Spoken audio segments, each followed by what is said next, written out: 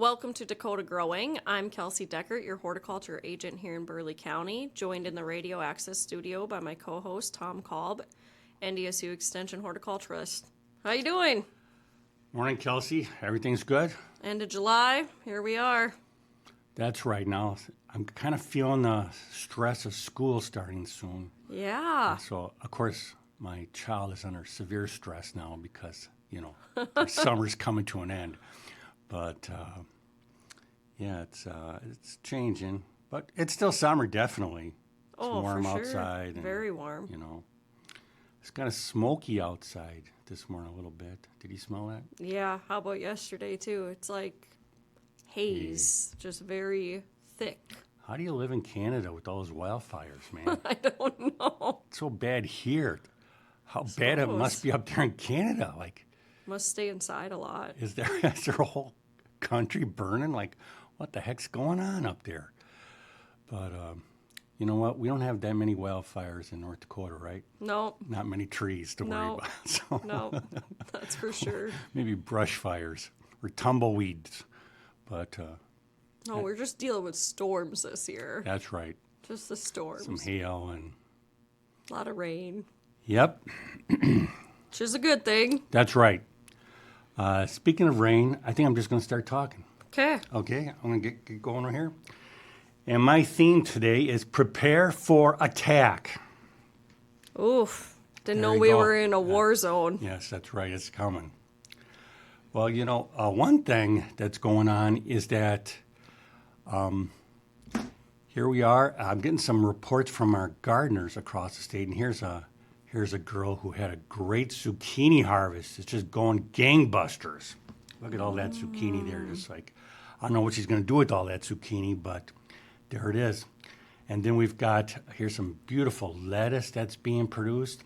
Yeah. Yeah, and all of this has to do with, a lot of it has to do with the rain that we've been getting. But again, some warnings about the rain. We're getting reports from across central North Dakota about all the blights that are starting to appear on our tomatoes and other crops. So one thing about blights, proper watering makes a difference. So when you water, don't water overhead. Keep the leaves dry when you water. And water in the morning if you can. That way the leaves will dry off before the nighttime. So they don't need to take a shower is what you're saying. Plants don't like to take a shower. They don't. They kind of glisten a little bit. I thought they like it, but they really don't like it. They're mad when it's like sometimes like kids are mad. I have to take a shower again. Right. I don't know. I took a shower once a week when I was a kid. That was, Sundays. I had to take a Sunday shower. And hopefully the football game wasn't on then because I'd have to bargain with my mom. Can I just wait till halftime or? Right. I don't know, with all the heat that we've been having, it'd be pretty hard to skip showers right now. It's different nowadays. That's Nowadays, true. everybody wants to be clean. I don't That's know why, true. but there it is. Just call me Pigpen. Okay, another thing that's going on, here's a weird thing that's going on, are these robot lawnmowers that are starting to appear on the scene here. You kind of showed us a little glimpse a couple weeks right. ago. And the reason why I'm focusing on this is mainly just to reinforce, the grass greened up again, unfortunately. Got to mow our lawns now. And, but August is August is one of the hottest months of the year. So try to keep your lawn cool by mowing tall and let the clippings fall as a mulch. And that way your lawn can tolerate the heat of the summer. I don't know, for me, I think mid-August is like the hottest time. I think so. Because that's when we had 2 days in football. Man, those are like terrible hot days. It's unbelievable. Yeah. So those few robot lawnmowers are starting to appear. It's kind of weird. Another weird thing that's just appearing right now is this tomato disease, tomato spotted wilt virus. You see these funky looking patches on the green tomatoes, and then when they ripen, they get these like circles, like rings around them. So I just had my first case of tomato spotted wilt virus this year. And so that's a weird thing, and you don't want to eat that tomato. That's not disgusting. groovy, huh? It's kind of like what do you call those things? Tie-dye. It is. A tie-dye That's what I'm tomato, saying, huh? groovy looking. That's right. It's cool, but you don't want to eat that. But you may want to eat this. This is broccoli, Yeah. and it's just ready to go. But you're not the only one who wants to eat the broccoli. This is where the attack comes. Broccoli and some of our other plants are under attack. Our bountiful harvest is under attack. And like, here's the marching of the enemy. These are the male soldiers of the whiteflies. The cabbage worms are out there. Actually, they gather together in like muddy areas to gather the minerals they need to prepare for mating. So the men all get together. And also the moths and generals are out there, harvesting the nectar from dandelions and thistles. They don't really care, just wherever they can get some nice nectar. So they're strengthening up for the battle. We have to be ready. And here's a whitefly. She's got 2 dots on her wing. That means it's a female, and she's laying her eggs. And they lay their eggs right on the underside of like the cabbage or broccoli plant there. And they're gonna hatch. And then those larvae, those caterpillars, are just going to have a voracious appetite. There you go, just eating away. And there's our final product there, riddled of holes. And Yum. yes, the old saying goes like, well, they say it's extra protein, but nobody wants that. No. But the old saying goes like, some people get mad when they see this in their garden. I don't get mad. I get even with those pests. I want to kill them. So I get out my weapons. And as far as the synthetic chemicals we have available, they include, that are commonly available at garden centers, includes 7. I don't know how that scientist doesn't know how to spell 7, like S-E-V-I-N. I don't know how that ever happened. Wanted to be unique, I'm sure. Really? I just think probably just a really focused scientist and doesn't know the basics. But I don't know, 7, and then Bone Knight thought they'd be cool and say, well, ours is better. We're going to call it 8. So, but they're both synthetic products, and the best thing about these things is they kill immediately. So you can go out there with your little sprayer, hit them with 7, and they can drop right to the ground, have a few spasms, and die before your eyes. A very delightful sight to see. Or sometimes with these bigger pests, like these hornworms, I don't use 7 or 8. I prefer 13. 13. And that's a natural insecticide that it's my shoe size. So I pick off the hornworm off the tomato plants and I step on it. So that's Squish, 13 is very effective. And it kind of feels good to crunch those guys up. They're so big. Like, people don't realize how big those They're hornworms as are. big as your finger. I know. 'Cause they They're eat. kind of cool looking. What's so cool about them? The fact that they're, like, so big and, I don't know, fat, I suppose. You just don't see caterpillars that size. And then they got their little horn and... Yeah, it is a hornworm. Yeah, it looks like they got all the bunch of eyes. Yeah, they have those scary eyes on the side. Yeah. And they have like camouflage striping, so you can't see them in the tomato vine. But you do see them. The way I see them is when I go out to my garden, and then I see like half the vine's gone.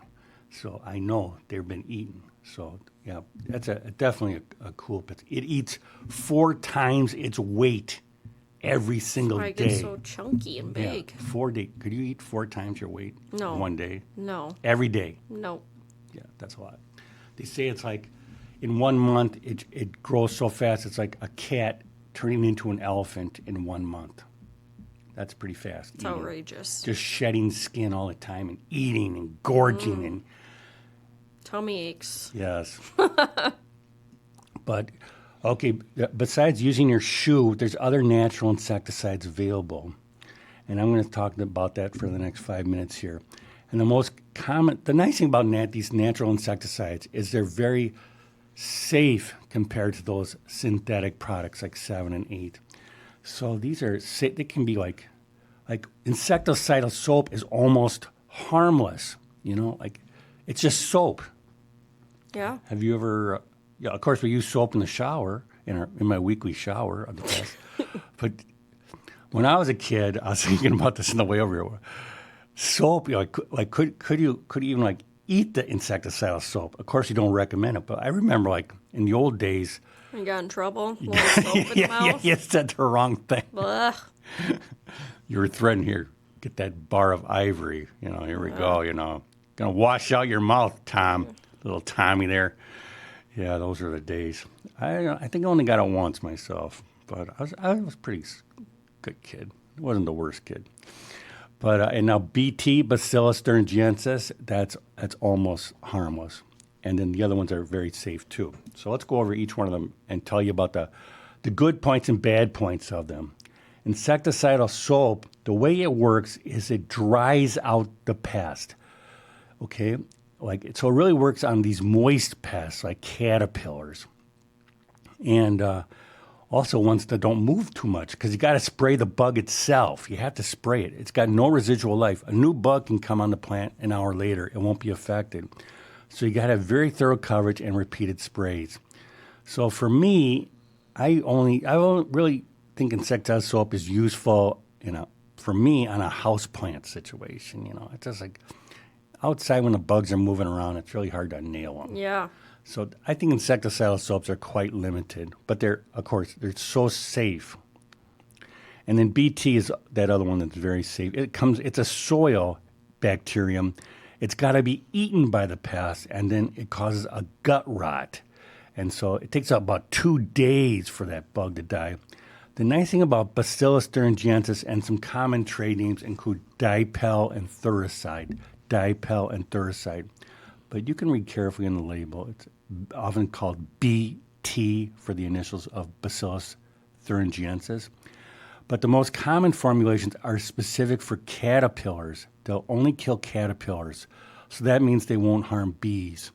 And so that's a nice positive. You won't accidentally kill beneficial insects. You can only and this is great for like those cabbage worms, because I can target those cabbage worms, kill them, let them suffer for 2 days with a tummy ache, and then they'll croak. So that's very effective. Use this on the hornworm too? Yeah, you got it. Yeah, so he gorges all day and then really does have a tummy ache. A bad, deathly, fatal tummy ache. Bad way to go. What's the best way to go? People say when you sleep, and I feel like that's probably the best way. If you don't know. I wouldn't want to do cancer, because that's long and drawn out. Yeah, usually. Yeah. Or it's quick, but it's still miserable. Yeah. Probably the sleep, or I guess maybe a heart attack, just quick and... Just that, huh?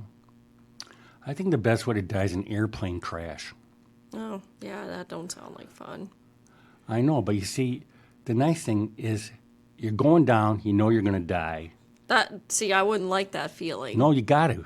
Because you got to say a prayer before you go. You got to make hey, forgive me. I got to go to heaven. So I got 1 minute to say a prayer. Then dead. Perfect. Yeah, I don't like that. No suffering. Come on, just smash. Bang. Don't you agree? No, I think that's the best way to go. I feel like you're... Say goodbye to your spouse. Say a quick prayer. I hope I'm smash the ground. My family that enough. Not much funeral expenses is my guess. How about that? Yeah, probably not. Just scrape you off the airway. Then your survivors can sue the airline company. Man, they'll be rich. I'll be in heaven. That's the best way. I digress. I'll just always check in on you if you're taking any trips on a plane coming up. I'm going to check in. Just make sure it's not a Russian plane. Those are the ones you worry about. Or a propeller job. I don't want to. I'll get on a propeller. I've been on a few of those that are kind of. I remember they said, "What's your weight?" And I go, "What? What's your weight? We got to balance the plane weight. So can you sit on the left or the right side of the plane?" Oh my gosh. Yeah, I don't want to be That was a in rural incidences plane. like that. That was a little exciting, but and that's the best way to go in my opinion. Thanks for sharing that story. Should we talk about gardening again? Yeah. Okay, here's another natural insecticide, and that is azadirachtin, also known as neem oil, okay? Neem is from the neem tree, and it's virtually harmless. It's got to be eaten by the pest. So the nice thing about that is it won't harm bees, because bees won't eat the plant. So this is probably neem is one of the safest insecticides if like for a flower planting that you don't want to harm bees. And the way neem oil works is they eat it and then they lose their appetite. They don't want to eat anymore. And then their hormones get all out of whack, and then they just kind of die out after a couple days. So neem's another natural insecticide that we can use to protect our crops. And spinosad is another one, spinosad, and this also came from the soil. And this causes about a couple of days of suffering. And the way it causes suffering, it causes the bugs to have spasms before they die, and then they get paralyzed. So spinosad, I think, is the hottest one on the market right now because it really kills a lot of different insects, and it kills mites. And so it's very effective, and it's kind of new. Insects haven't developed any resistance to it, and it gets the job done. So you can find spinosad at every garden center now. It's so popular. And the last one is pyrethrum. So pyrethrum is a natural product from chrysanthemums. And the thing about pyrethrum, it kills immediately. So that can be effective. The good thing about pyrethrum is it's only active for about a day or two, and then it decomposes from sunlight. So it's best to spray it in the evening hours, and then you get like a day or two of work, and then it breaks down from the sun. The bad thing about pyrethrum is the same thing. It only works for about a day or two, and so there's no real long protection. Spinosad will give you a week of protection. Pyrethrum, you can really only count for a day or maybe two. So there's pluses and minuses for all these. So just as we prepare, just choose your weapon properly. And the last tool we had to protect our gardens are shields of protection, like row covers. So row covers, they're products that they allow the sunlight through and they allow the water to get through, but they exclude the insects. So it's a shield of protection against the cabbage moths and flea beetles, and especially flea beetles this time of year, and other types of pests. So we have lots of tools out there. Our gardens are bursting with the harvest now. Stay alert. Put up your protective shields if necessary. Gather your weapon, choose your weapon, be on guard, and attack. I'll be ready for battle, huh? There it is right there, just waiting for you. Oof. So It's kind of scary looking. yeah, I know. Well, if I was a cabbage plant, I'd really be scared. Right. So that's what I got, talking about insecticides this morning. Well, I think that's great. Good. Yeah, it's nice. It's nice thing that we got so many nice natural insecticides available now. So it's safer to use. You can feel more comfortable, but got to get the pests when they're young and before their populations explode. I was thinking about the good thing about this year too is that grasshoppers don't seem to be a problem so bad this year. Must be all that rain that washed away their eggs and introduced diseases to them. So that's a positive. A lot of positives this year, Kelsey. When you talk about the spinosad and saying like the resistance, is there already studies happening with that? You know what? That spinosad is so new. I don't think scientists always do that. When you used to have a product like that, like the old-fashioned 7, Right. Everybody uses it. And even like for herbicides, like glyphosate, the old Roundup, the weeds developed resistance to it. Mm-hmm. It just takes one weed to develop resistance. It's like through a mutation. And then it spits out 1 million seeds, and then those seeds have the resistance, and the resistance spreads. Like so that's those why wildfires. right. And same with the bugs. If you keep spraying 7 all the time, or spinosad, for example, and bugs can develop resistance. So it just takes one bug to develop resistance, and then it just keeps accumulating. So that's why another tool for controlling insects is it helps to change your weapon. Right. Like maybe we'll use spinosad this time, and then the next time Maybe I'll hit them with some hard stuff. Maybe I'll hit them with some that Garden Tech 7 and just rotate if we need to. That's if you're really, that's when you're really a serious gardener. But I just find for a garden situation, it just really helps to spend time in the garden and find those bugs before they really get out of hand, and then take quick action. Good words of wisdom There you go. Okay, we're going to shift gears, and I'm going to talk about, I know a lot of people are already harvesting. You harvesting right. out of your garden?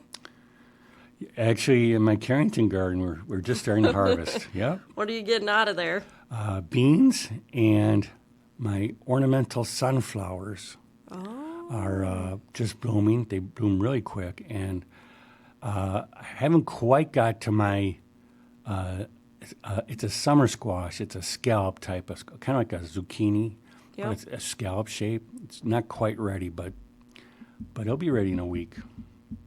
Very good. I was at the Morton County Achievement Days last night, judging horticulture. So, seeing some of the harvests being brought in, and I had one gal that actually was listed to do lettuce and said, "Yep, the hail got it." Good. Man. So, ironically, mine, even though I got hail damage, it's bounced back. Looks pretty good actually. Yeah. I'm like, okay. Here we go. So, anyways, we'll talk. This is especially for the new gardeners that are getting into gardening. And we're going to go through some different vegetables and when they're peaking or when they're best time to harvest. Yeah. So to start off, asparagus, and I know you said you're going to give me grief right away, but that's okay. Asparagus, usually you want to harvest this the third year after it's been planted. Sometimes it's harvested after the second year that you've planted it, but if you're going to do that, they recommend to only harvest it for a couple weeks just so it can develop those ferns to gain that strength for the following year. So I see. I'm sure you're well with the asparagus, right? You've grown it in the past. That's right.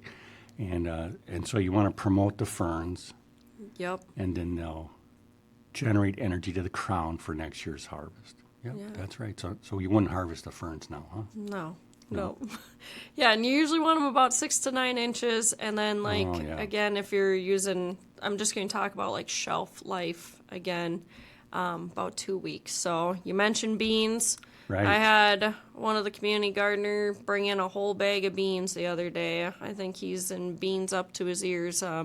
Those are usually harvested about 2 to 3 weeks after they bloom, when the seeds are still kind of immature in there, because when they start to bulge, they kind of get less juicy and more fibrous. Yeah, they're terrible. Yeah, when you don't want to eat them. And then I know you've always talked about the fillet beans, and those should be when they're very slender to harvest those. Yep. So what kind of beans do you got you're harvesting out of? Just standard green beans. Nothing.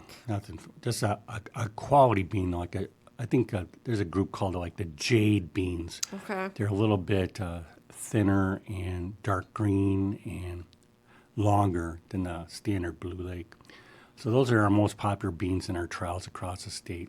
And just for the superior quality. That's a nice thing about having a garden, is that you can have the highest quality in your garden. You're not relied on what's available at the grocery store. Yeah. And Lord, no, you don't have to eat canned beans. Or terrible, disgusting. So you don't like canned beans, is what you're saying? I've never even tried it. Really? Not even growing up? No. Oh. Frozen. Yeah. Your mom didn't do any preservation though?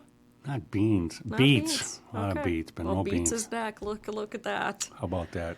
Okay, so beets you kind of want about 1 1/4 inches to about 3 inches. Again, when they get larger than that 3-inch mark, they're going to become tough. Yeah. They're not going to be good. Woody, yep. Don't like that. Beets do have a longer shelf life, about 5 months. And then you just showed a nice broccoli. And so broccoli, we want to make sure while the bud flowers are still tight and green, you'll remove that head and then kind of leave a shorter stalk. So sometimes they actually will develop a lot, after removing that central one, some side shoots and stuff that you can get smaller ones off of. So that's right.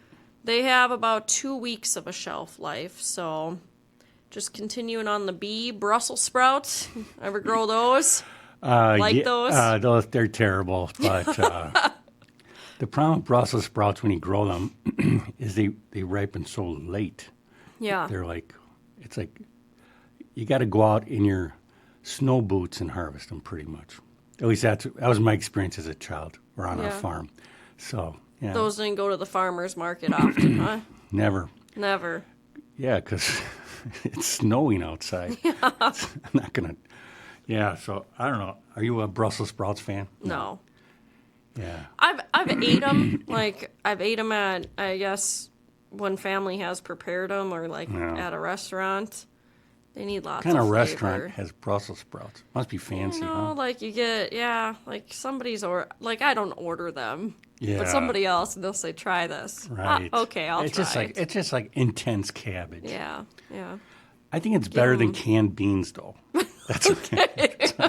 That's your opinion on Brussels sprouts. Yeah. It's better than canned beans. That's about it. So one thing that's kind of interesting about Brussels sprouts is they actually like enlarge from the bottom up. And so when like your lowest sprouts are about 1 inch, then you're going to remove like the top 1 to 2 inch of that plant because it's going to cause then those upper sprouts to actually enlarge as well. So you harvest from the bottom first. Yeah. Well, give them some space, huh? That's right. Then cabbage. I don't know. They're so late, I don't know. That's okay, not a good one for North Dakota. Is what They're good for people from Brussels. That's I like them, huh? Yeah, they like them in Brussels. Okay, well, hopefully your cabbages look more like this than the one you showed, right? That you've protected and stuff. Cabbage, you want to make sure those heads are compact and very firm. Basically, you'll cut those when it becomes like a usable size. Right. And you cut the head out, remove those outer leaves, and you're good to go. Okay? So. What's the deal with shelf life on all these? Are you expecting a disaster or something? No, I just want people to be aware. Be aware if you prepare them right and you store them right. And some of these do require curing. Like, I didn't go into detail on that, but. I like to harvest before dinner, How then it's fresh. Well, people may be harvesting. They're probably doing a lot of sauerkraut. Yeah, that's right. Cabbage, you can store that in the root cellar. Yeah. Yeah, you got that right. Same with these carrots. Yep. All right. Look at that. 8 months. Wow. You're making fun of that. I can survive winter eating carrots every day. We've talked about that in past episodes on detail of harvesting those and storing them. I remember you talking about that. Right. So this is going to vary, of course, with carrots on different varieties, but just in general, your tops are about 1 inch in diameter. Suggested that it is helpful to like irrigate the day before, just so it ensures the hydration in the actual carrot. Yeah. And they probably come out easier. That would be for sure. Yeah.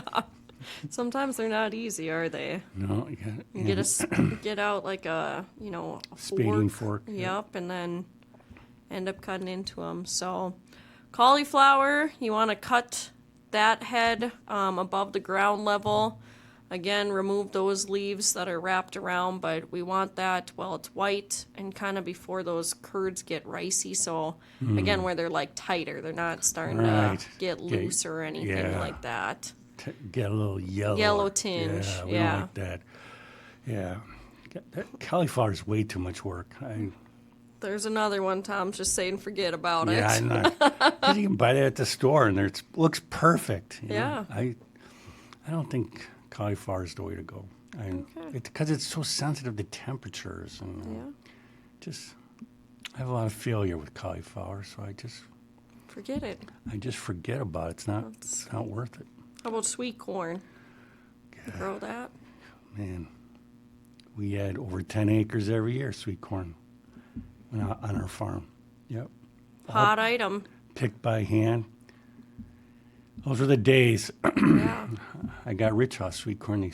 I go out to the field at night and I go like, I'm going to go out and pick some dimes. I saw like $1 a dozen. Yeah. Those are the days. Yeah. Dime a year. You don't have to bend down when you harvest sweet corn. That's right. Man, That was the way. That was easy money back then. There's like nothing better than fresh corn on the cob either. Oh, really? I think so. Do you Better eat it? than that canned corn. Better than a can of corn. Oh, that's right. terrible. Except like my sister and my mother-in-law do like cream corn. Oh, disgusting. Oh no. Gross. It's the best. That in the can doesn't compare to what people actually do. Maybe I'd rather eat canned beans than that kind of corn. Oh, gross. You're kind of coming across like fussy. Yeah, I Being a am. gardener. The best sweet corn. You know, when you pick. Yeah, you got a recommended variety? Oh, there's what. The super sweet ones are 3 times sweeter than the normal ones. But here's the way to go. When you pick 1,000,000 ears of corn in your life, you can just, when you're out in the field, you're grabbing the ears. You're just like a machine. Do you carry a basket then? No, you have like your little brother or sisters behind you with a burlap sack. That's what they're doing. 5 dozen in a burlap sack. You're the combine. I'm the combine. They're the Bang, grain bang, part. bang. Really. Yeah. Or even if by yourself you just carry a burlap sack, I could do 10 bags an hour. That's 50 dozen in an hour. That's how many you can do by yourself. But the best thing is like when you grab an ear, you can actually you know what it's going to be like when, even without peeling it open, you can sense, oh, it's not quite ripe, or it's overripe, or it's missing kernels, or it's wormy. So the best corn is like when you harvest it and you grab it, and you already grabbed it to it, and it's not quite ripe. Right, so it's going to be better at the farmer's You market. can't sell it. It's not ripe. It's not ripe. So the kernels aren't fully developed at all. And so, but it's still super sweet. But you can't sell it. It's not ripe enough to sell. But what are you going to do with it? You already picked it. You're going to eat it. So you eat it right in the field there. That's A little snack. total sweetness. It's just like eating sugar. That's like sugar cane maybe. You know, it's just natural. Was this your candy growing up? Yeah. Okay. I never got candy as a kid, only on Halloween. That's why. Yeah, we weren't Yeah. big into Yeah, candy either. right. And but slightly immature sweet corn It's right in the best, huh? field. That's pretty good. Better than creamed corn. That's for God's sake. Okay, well, corn, like we said. Just as you can see, or if you're listening out there, you want those silks to be dry. That usually does happen pretty fast, and they dry and brown. And then your kernels are going to be like a little bit milky if you push your thumbnail into them. Yeah, just eat it and test it. There you go. Take a bite, and then, Yeah. see if you like it or not. there you go. Yeah. Okay, cucumbers. 5 days shelf life. They'll survive 5 days. I guess the normal sweet corn, like 1 day. Or, I mean, it's got a shelf life, but it tastes terrible the next day. There you go. Yeah, but now the super sweet's like 5 days now. Yeah. Well, That's good, advancement. right? We got progress now That's going good. on. Cucumbers, so for the slicing ones, you're going to want them about 6 inches long. Picklers, that can be harvested at any size you prefer. Of course, it depends. Like, you're pickling them. So do you want little pickles? Do you want big pickles? Dill pickles. What do you want? Right. Sweet pickles are smaller. Yeah. Bread and butter in between. Yeah. Yep. I like the little pickles. Like the little They're baby expensive. ones. It takes a lot of them to make a bushel. I'll tell you that. I'm glad I got a grandma who likes to do pickles. There you go. And also just a tip too, you kind of want to harvest them before that skin gets obviously kind of yellow. Yeah, yellow when they belly. When Terrible. they get big, they're seedy, not good. Yeah. Terrible. That's why I don't understand how people like those really large pickles. Like, They don't. Yeah, but they Not the sell fat 'em. ones. But people like you see those at the gas stations and stuff. You don't see like people like the pickle in a bag that you can buy. It's gross. What? Next time you're at a gas station. I just buy gas at a gas station. Right, but next time you're there, I'm going to look for pickles. yeah, Big fat cucumbers for yeah. sale. Ugh, Like in a bag, in a jar. Yeah. What? Okay. Well, yuck. yeah. Yellow belly's a bad sign. That means it's maturing. So that means it's seedy. Yeah. And we used to give those away at the market. just or a nickel each. Yeah, I was going to say no dime a dozen there, Yeah, huh? no, that's not like no, that's not the way. How about eggplant? You ever grow that? Oh yeah, sure. Yeah. Okay. I like the Asian ones. They're like the one you show here. They're long and skinny, so the slices are uniform, as opposed to those big, Fat. big fat ones like Black Yeah. Beauty and those kinds, dusky. So yeah, the long Asian ones are the way to go. So Japanese type. tell me how you harvest those with their little sharp shears on them. Well, yeah, you can't just Can't just go in there barehanded, don't right? want to go in there barehanded. It's a little spiny. But actually, there's progress being made on that to reduce the spines. But yeah, you get like shears that you go out there with and clip them off. Yeah, for sure. Kohlrabi, you ever grow that? Yeah, You like sure. that? Sure, that's most people don't know how easy that is to grow because that only takes like 50 days, Yeah. and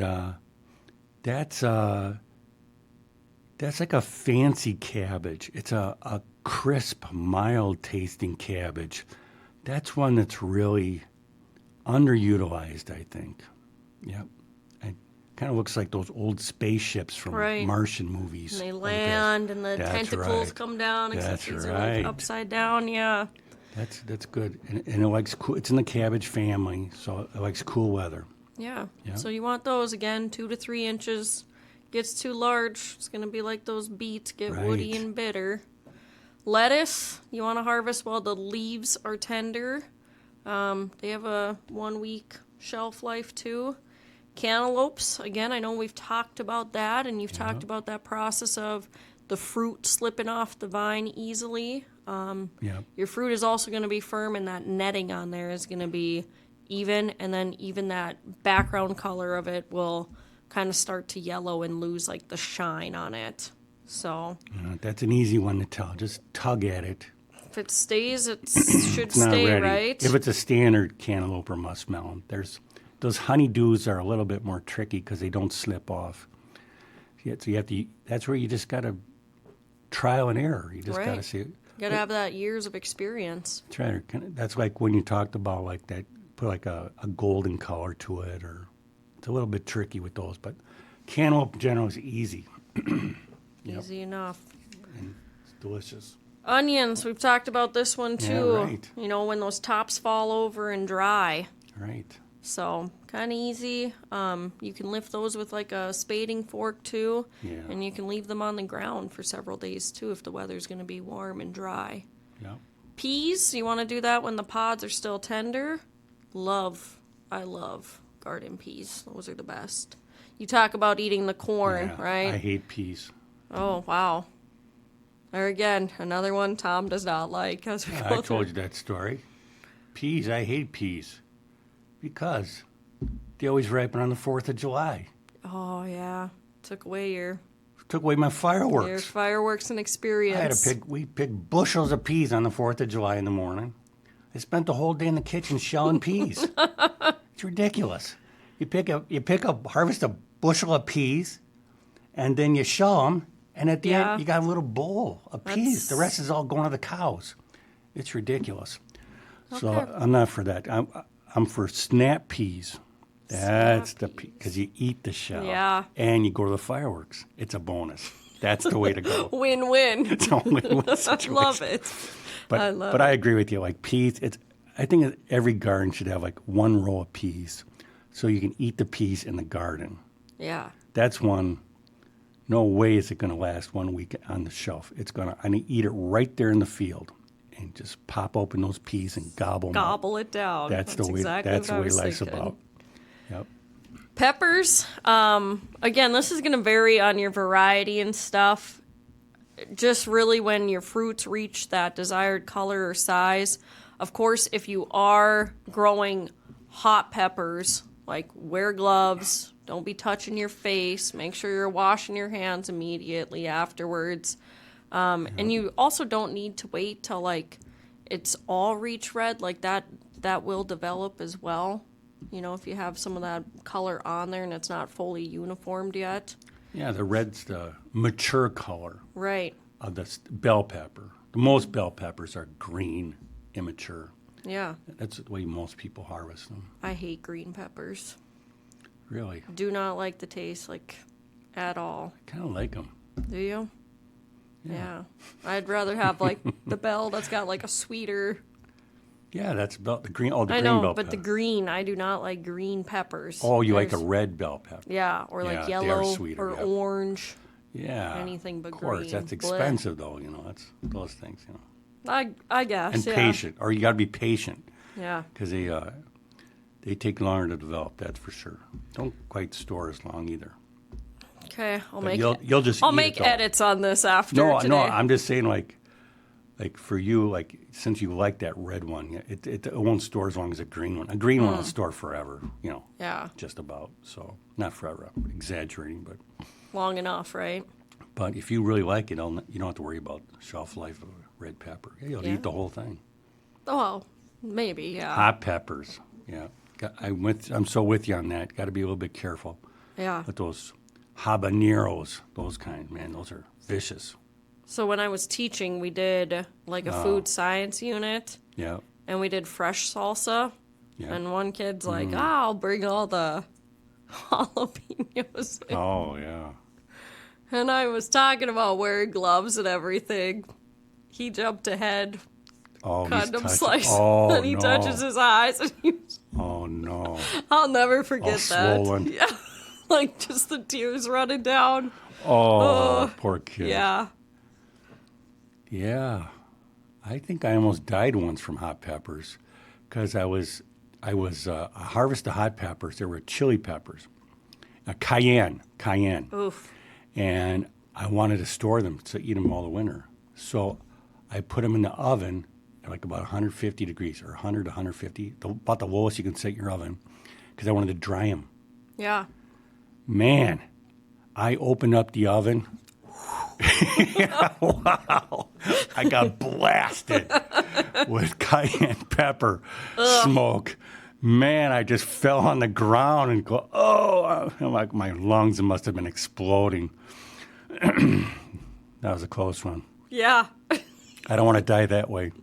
No, that doesn't sound good. But it does give me 1 minute to say a prayer before I die. So maybe that could be a That could be a contender. that could be a contender. Okay, well, that's good to know. Okay. All right, potatoes. Vines have died back. Yeah, sure. This one you want to harvest, on a dry, warm day, too. Makes sense. That's easy enough. Pumpkins, we've talked about these. Your shells are going to get hardened. Do it before frost. If you have a blush of color on there, they will ripen up.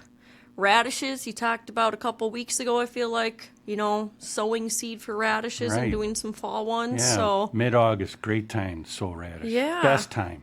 and then you'll want to harvest those around like 1.25 inches in diameter and stuff. Again, you leave those in too long, gonna get not a great flavor and gonna get pretty fibrous. Spinach, talked about that one too, growing that one That's again. right. So Now's about the good time to sow that. yeah, harvest that one while the leaves are tender. If you harvest like individual leaves at the baby stage, they will regrow those new leaves as well. Sounds like summer squash is popping up everywhere in the garden. That's right. zucchini. Again, you actually want those smaller, not like baseball bats. Right. Don't need those to become seedy or have like a watery flesh in them either. Winter squash. Those, your shells are going to be hard before frost. And then tomatoes. Sounds like tomatoes are starting to get harvested Yeah. as well. Pretty good. Uniformly pink or red in color. Again, different varieties have different standards of what that looks like. And a lot of times people do harvest those before it's all completely red too, because it's going to ripen indoors too. Yeah, a little bit. Yeah. Easy. You're right. All right, I don't have a Z, but I have a W. Watermelon. We've talked about this one a little bit in detail too. Okay. So when that underside has turned yellow, the tendril has become like brown and it dries up. Kind of always, I know we talked about it being like a pigtail, little curly pigtail That's right. off of that. Melons will make that hollow, dull sound when tapped. Yeah. I don't know. That's folklore to you? I don't. Just I always wonder, like the melon growers out like in Texas and stuff, do you think they're spending their whole day out there in the field Just knocking on melons? probably not. No They way. got better things to do. They just look at the tendril. Yeah. Look at the tendril next to the fruit. If it's dried up, the melon's ready to go. Yeah. It's that simple for us. And don't wait, otherwise they'll explode. Those melons explode in the field. We've had that situation Yeah. a lot. So I'm going to wrap up today. A couple weeks ago, I hosted our annual garden tour, and I just wanted to show some pictures and talk a little bit about the gardens we visited. So our first stop was Judy Triggs' garden. She is a former, farmer's market, and she's now transitioned into more, like you can see in this first bottom left photo, she does have vegetables in there, but more of like a pollinator wildlife habitat. So she had a lot of different like decor within there, tons of trees and perennials and annuals, and I'm like, Yeah, I just can't beautiful. imagine. It is very beautiful. I just can't imagine all the mulch all the time, but it definitely was like a little sanctuary in there. A couple more photos of what she had blooming, and again a little bit of that decor that she has. The second stop we went to was Shelley Porter's garden. And so this is a little bit of the decorative, I guess you would say, that she has within her yard. And she actually has like her yard with her house, but then across the road she has a lot as well. And so that's her vegetable garden. I didn't get a ton of the vegetables that she had in there, but just really thriving. And she's kind of, over the years, she talked about how she's really shifted over to, again, promoting that soil health and focusing on that within the garden. She said she always overplants an abundance of dill. She says, I tell myself I'm going to cut back each year. I don't need that much. And then it just explodes everywhere in there. It smells so good. Just love harvesting dill. It was very great smelling walking around there.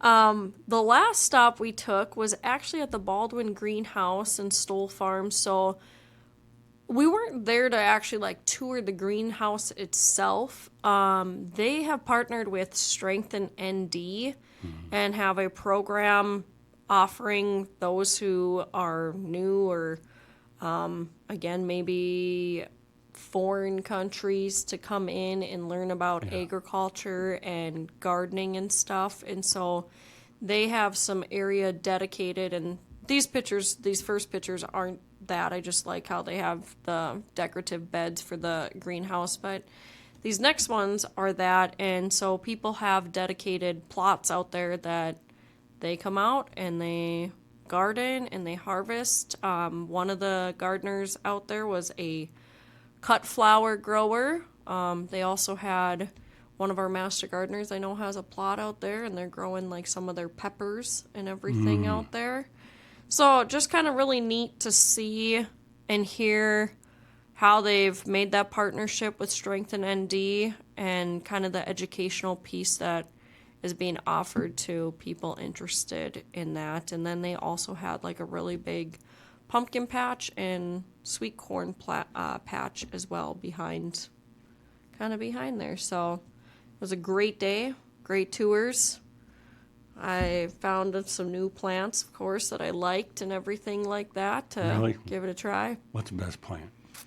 I just wrote about it. Didn't you read my article yesterday? Oh, that Fall sunflower. Fall sunflower. Yeah, that was neat. I have not seen that one with the variegated Variegated leaves like leaves. that.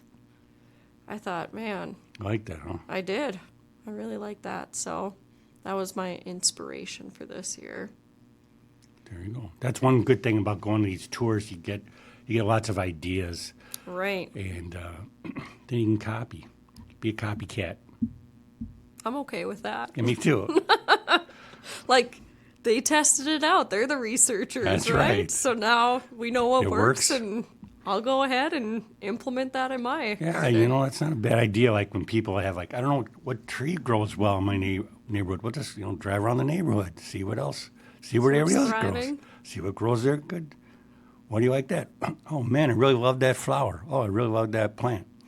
Okay, now you know what to grow next year. That's right. So, yeah, you got to learn from each other. Very That's good. what it's all about. That's all I have today. End us That's on a good. positive note after talking about going to battle and being prepared for battle. Yeah, and dying on airplanes. Yeah. What else? Kind of got a little dark today. Yeah, especially the canned beans and creamed corn.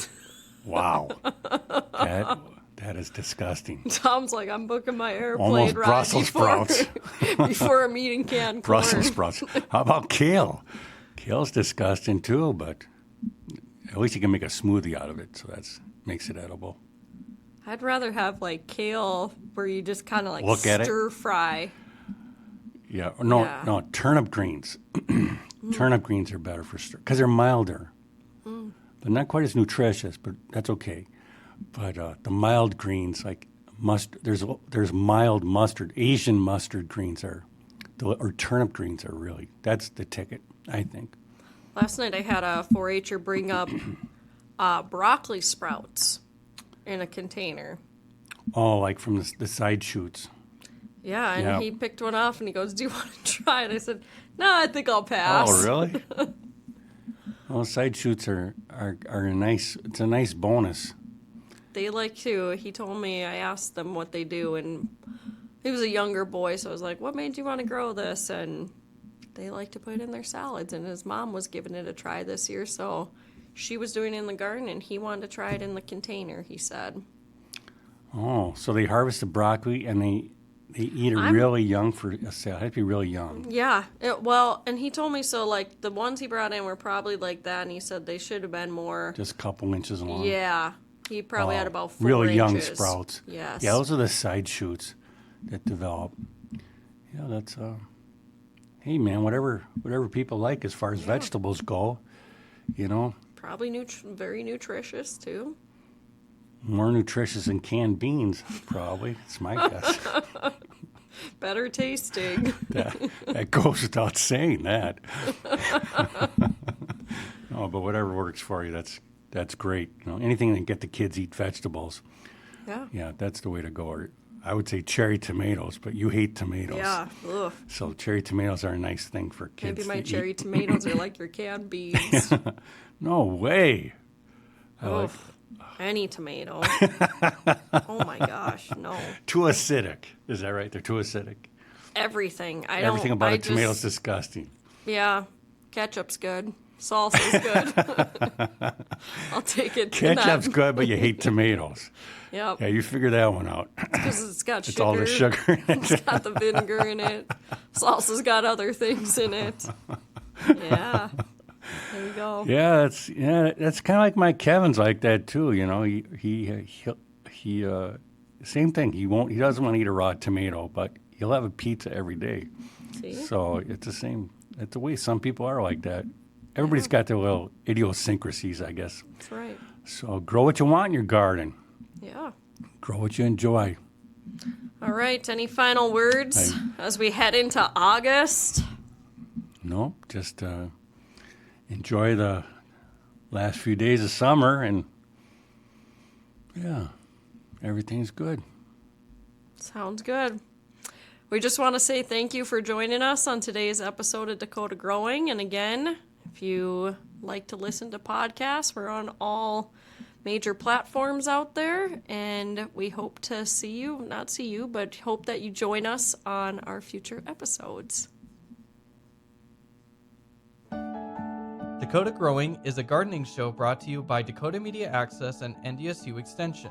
We discuss a variety of timely topics pertaining to your landscape, along with giving you tips and advice for your lawn, garden, and trees. If you have questions, call 701-221-6865 or email ndsu.burley.extension@ndsu.com. Dakota Growing airs on Radio Access 102.5 FM, Community Access Channel 12 or 612 HD, or online at freetv.org.